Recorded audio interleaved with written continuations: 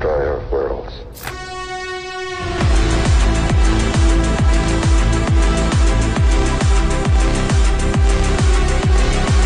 जब हाईवे पे गाड़ी की रफ्तार 100 को पार करती है तो किसी भी चीज का कोई वजन महसूस नहीं होता। सारी चीजें धुंधली से नजर आने लगती हैं और हमारी सारी टेंशन और स्ट्रेस मानो हवा में उड़ने लगता है। यही रीजन है कि हम लड़कों को बाइक्स इतनी पसंद होती हैं।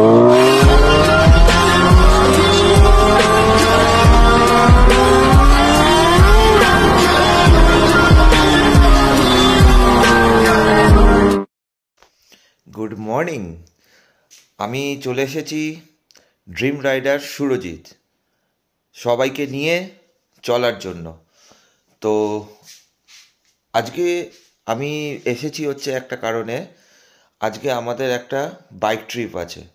এই বাইক ট্রিপটা আমাদের হচ্ছে নৈহাটি থেকে শুরু, নৈহাটি টু সিকিম। আজকে আমাদের প্রথম ডেস্টিনেশন হচ্ছে নৈহাটি থেকে শিলিগুড়ি যাওয়া। আচ্ছা, তার আগে আমি একটু ছোট্ট করে জানিয়ে দিচ্ছি, আমার সঙ্গে আমার একটা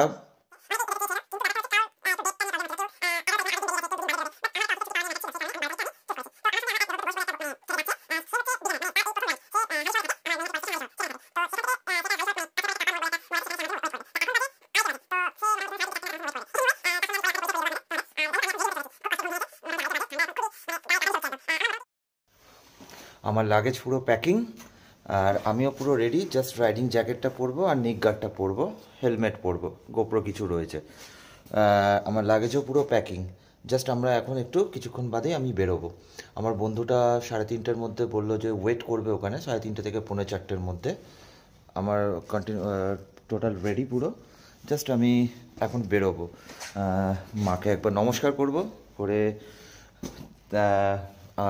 চাকায় একটু জল দেবো। চাকায় জল দেওয়ার একটা ম্যাটার আছে যে এতটা একটা কাজে বেরোচ্ছি, মানে একটা লং রাইডে বেরোচ্ছি, চাকাকে জল দেওয়ানো মানে হচ্ছে চাকা তুমি জল নাও, রক্ত নেও না। যাই হোক, ওম নমঃ শিবায়, ভগবান আমার সঙ্গে আছে। চলো বেরিয়ে পড়ি, আবার বেরিয়ে এসে তোমাদের সঙ্গে আপডেট দিতে থাকি। চলো আমরা হাই রোডে চলে এলাম।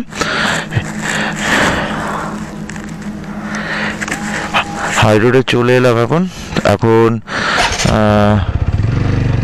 এখানে একটুখানি দাঁড়িয়েছিলাম, তার কারণ হচ্ছে একটু মোবাইলটা প্রবলেম করছিল। তো যাই হোক, হাই রোড থেকে কল্যাণী এক্সপ্রেস এটাকে বলে, এই কল্যাণী এক্সপ্রেসে আমরা ঢুকে গেছি। এবার এখানে এই রোডটা নতুন হয়েছে, খুব সুন্দর রোডটা বানিয়েছে। আস্তে আস্তে হচ্ছে, এখনও টোটালি কাজ অনেক পেন্ডিং আছে। আমি এখন মোটামুটি কাপা মোড় এসে দাঁড়াবো।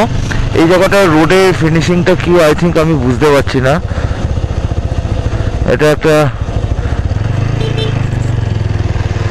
এই করেছে, এখানে রোডটা একটা সিঙ্গেল ওয়েই আছে, মানে এখান দিয়ে ওদিক দিয়ে সব যাচ্ছে। আমি কাপা মোড়ে দাঁড়াবো। যাই হোক, একটু টেনশনে রয়েছি, বন্ধুটার সঙ্গে যতক্ষণ না দেখা হচ্ছে। একদম নতুন, মানে একদম বিগিনার রাইডার, সে নতুন তার পালসার 125cc নিয়ে সে যাত্রার জন্য রেডি হচ্ছে। আমি একবার ফোন করলাম, কিন্তু অন্ধকার রাস্তায় কিছু সেরকম দেখারও নেই। এখন একটু আমি গোপ্রোটা অফ করছি, যখন একটু সূর্য দেখা যাবে তখন স্টার্ট করব। এখন বাজে ঘড়িতে 3:35 আর আমি আছি কল্যাণী এক্সপ্রেস।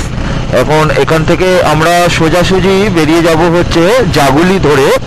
আজকের আমাদের ডেস্টিনেশন হচ্ছে জাগুলি ধরে কৃষ্ণনগর বহরমপুর হয়ে ফারাক্কা, মালদা, রায়গঞ্জ বাইপাস হয়ে যতটা যাওয়া যায় ততটা শিলিগুড়ির কাছাকাছি গিয়ে কোথাও, বা যদি শিলিগুড়ি পৌঁছে যেতে পারি কোথাও গিয়ে স্টে করা। এটা হচ্ছে আজকে আমাদের destination in Siliguri, near about. ব্যাস, ঠিক আছে, আবার আসছি।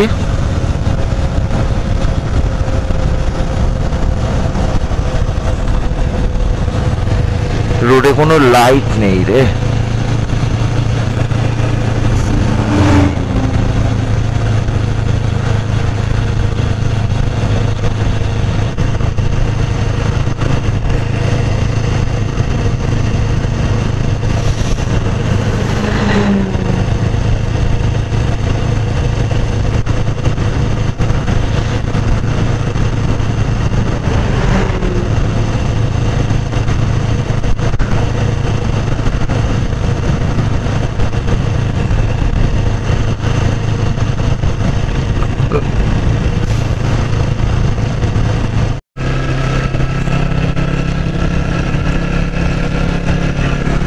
তো আমি ডবল ইন্ডিকেটর দিয়ে দিয়েছি। কি সুন্দর লাগছে রাতের রাস্তা, অফুরন্ত।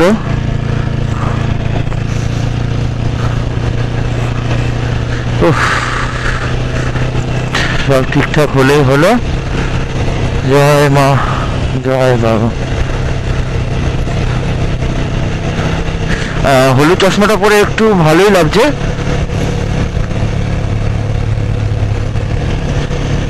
আমার বন্ধুটা হয়তো কাপা মরে দাঁড়িয়ে থাকবে। চলো, রাস্তায় যেতে যেতে আরো কথা হবে।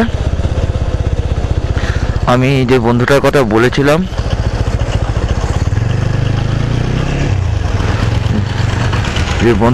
বলেছিলাম, ও কাপা মোড়ে আমার জন্য ওয়েট করছে, অথবা আমি আই থিঙ্ক ওর আগে পৌঁছে যাবো। এনিওয়ে, চলো আবার রাস্তায় যেতে যেতে।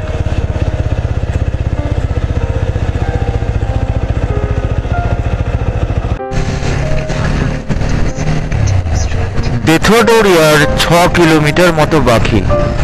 আমাদের অনেক লেট হয়ে গেল, তার কারণ হচ্ছে এই কুয়াশার জন্য না কিছু দেখা যাচ্ছে না, ফলে মানে কি বলবো, মানে খুবই টানতে প্রবলেম হচ্ছিল গাড়ি। আর এই যে আমার যে পার্টনার আছে, তার পার্টনারের গাড়ি সামনে, ওকে একটু আগে দিলাম, অনেকক্ষণ ধরে পেছনে ছিল। আর অনেকক্ষণ বাদে আমি লাইভে এলাম, মানে আই থিঙ্ক আমি ব্লগে এলাম। যাই হোক, আজ পরিবেশটা খুব সুন্দর, এবং সব থেকে বড় কথা হচ্ছে, ও হো কাউকে গড়ি গড়ি সরি কিছু মনে করবে না তোমরা, একটুখানি নিজের মধ্যে ইয়ার্কি একটু ভালোই লাগে বেশ। রাস্তাটা খুবই সুন্দর এখানকার। আর সব থেকে বড় কথা হচ্ছে, মানে জীবনে চলতে গেলে একটু তো বেশ রিস্ক দরকার, এইটা মনে করে তারপরে চলতে হবে। আর আরেকটা জিনিস হচ্ছে, এখানে কোনো রকম ভাবে রিস্ক নিতে পারো, কিন্তু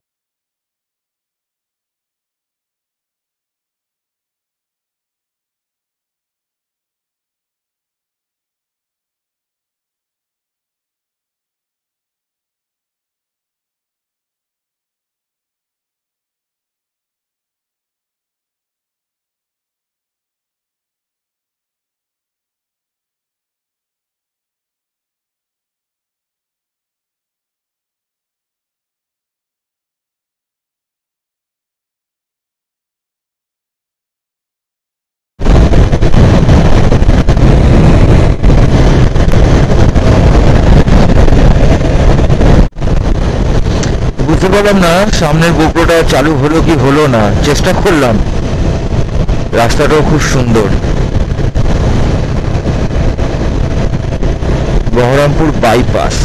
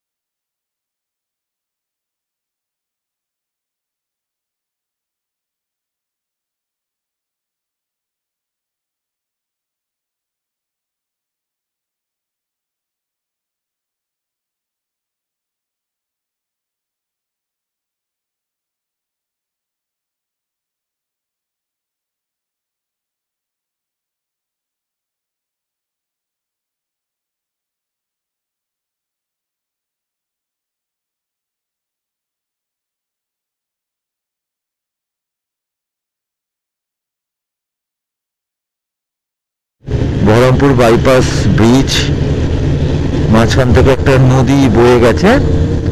আই থিঙ্ক এটা ইছামতি নদী হতে পারে, কারণ বলছি, হ্যাঁ এটা ইছামতি নদী, রাইট। ইছামতি নদী, এটা এই নদী মুর্শিদাবাদ দিকে চলে গেছে বহরমপুর হয়ে। হ্যাঁ, এটা ইছামতি নদী। নদীতে শীতকাল জল ঠিকই আছে, মোটামুটি খারাপ নেই। রাস্তা দেখুন শুধু, পেছনে দুটো লরি পাশাপাশি আসছে। একটা মনে হচ্ছে আমাকে ওভারটেক করার চেষ্টা করবে আই থিঙ্ক, বাট আমি তো আমার ওয়েতেই চলছি।